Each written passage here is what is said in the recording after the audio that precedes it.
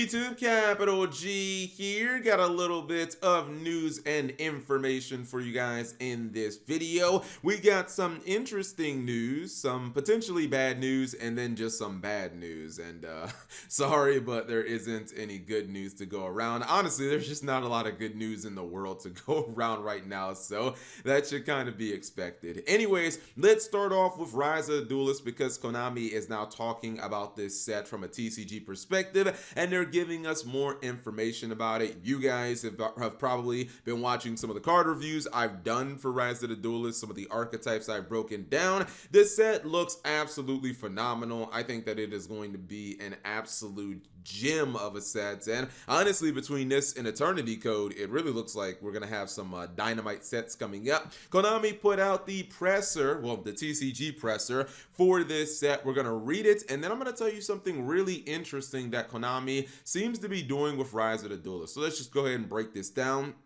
It says Rise of the Duelist is the next set to dispel the dog days of summer on August 7th, 2020. Now that is the tentative release date, but as I'll talk about when we get to the OCG stuff, that could technically change because of the CV, you know, the COVID-19 and all that good stuff. I'm hoping that Konami won't have to move this to a later date in the TCG, but you know, it's just something that could be on the table because we've already seen Worlds canceled and other products have new release dates and get pushed back, etc., etc. It says Yugi's Gaia, the Dragon Champion strategy has been remastered for the modern age. Classic cards like Gaia the Fierce Knight, Catapult Turtle, and more take on new forms in service of a new form of Gaia the Dragon Champion that stacks an extra 2600 attack onto itself every time it wins a battle, and can expend exactly that much attack to destroy any card on the field without a fight. Now, if you haven't played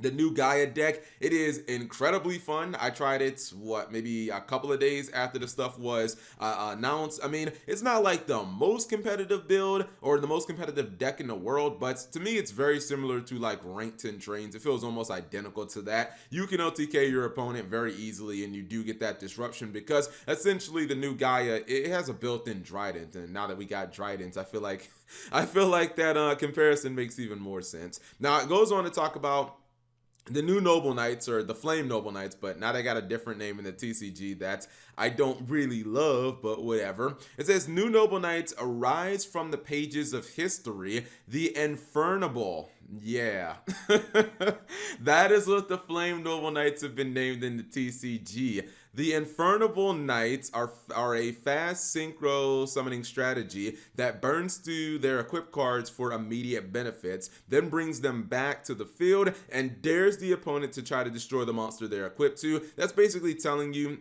about how these monsters themselves can equip back onto the field on new monsters, and they kind of get protection. I love that aspect of the deck, by the way. I think that was actually kind of brilliant. Infernable Knights, Infernable Knight monsters are also Noble Knight monsters, so you can use existing cards like Heritage of the Chalice to make your deck even stronger. Don't forget Infernable Knight Renaud and Infernable Knight Roland from Toon Chaos. You'll need them if you want to maximize your firepower. Okay, that's perfectly fine.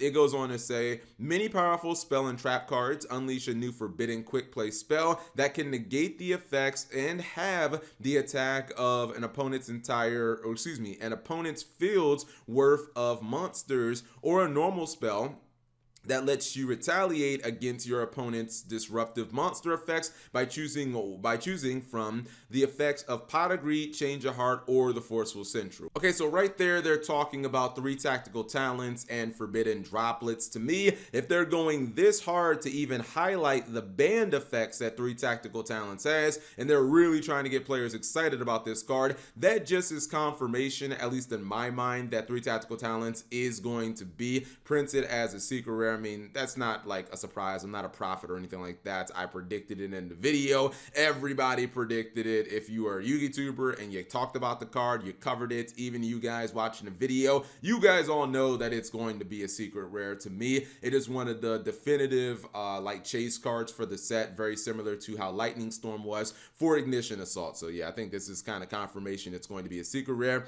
On top of that, on top of all of that, you can even find mind, a powerful new Chaos Synchro monster. I reviewed that on the channel. A brand new anti-extra deck spellcaster theme. That would be the Dragma archetype. Good to have confirmation that this archetype was specifically designed to just hate on the extra deck, as I thought. New cards for the Rika and Animancipator themes from Secret Slayers. Okay, the Rika card's great. The Animancipator card, I didn't review it. It's really not necessary. Konami's trying to, it's essentially they're trying to go back and put some restrictions in the Animancipators because they didn't put restrictions in the archetype initially. It's too late, Konami. You can't put that toothpaste back in the tube.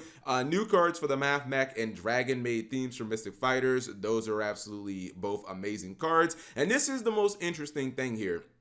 When it comes to Rise of the Duelist, it says 20 previously unavailable cards from overseas promotions, pack-ins, and more.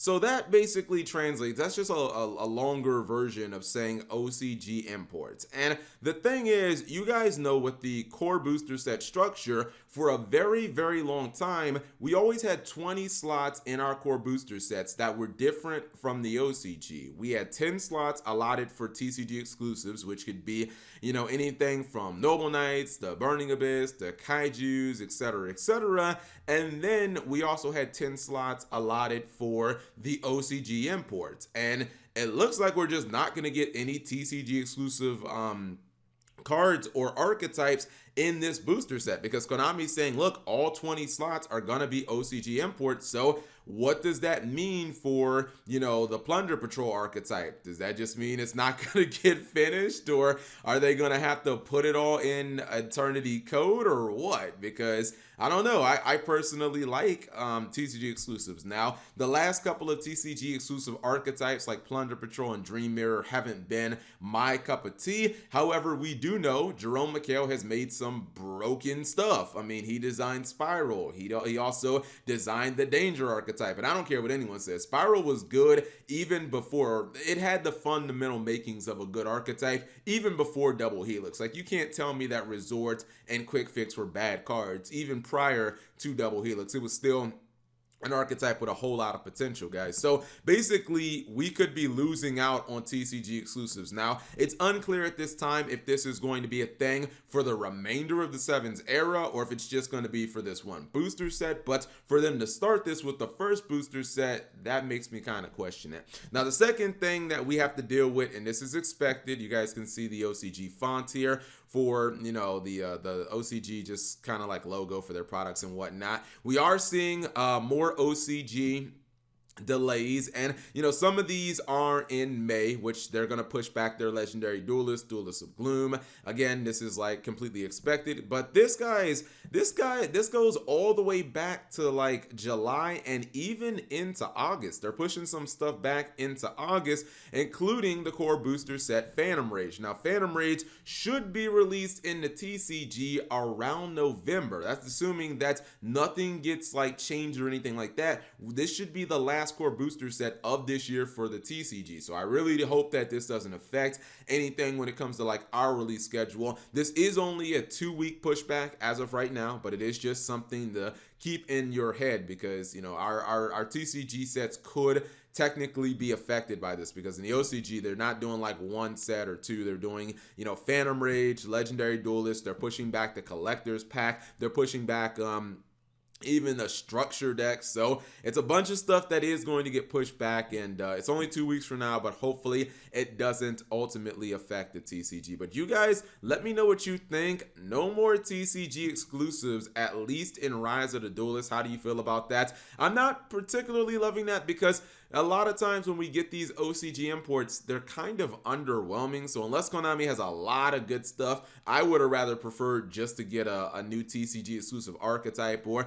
to just get some, you know, new cards that could ultimately affect the game. But maybe that means Konami's going to have to go harder when it comes to the TCG exclusives that are going to be in the Mega Tens. Anyways, whatever you guys think, you leave that in the comment section below. Thank you guys for watching. As always, subscribe if you have not already, and turn on that notification bell for daily videos. those. Also, for anybody wondering what Shocking Lightning Attack is, because I'll be honest, I had no idea what this was, this is actually a Rush Duel product. This video has been brought to you by Audible. Get a free audiobook download and a 30-day free trial at audibletrial.com/MegaCapitalG. Over 180,000 titles to choose from on your Apple or Android device. Cancel anytime with no obligations. I'm listening to The Amazing Wrestling for My Life by Shawn Michaels. Link in the description.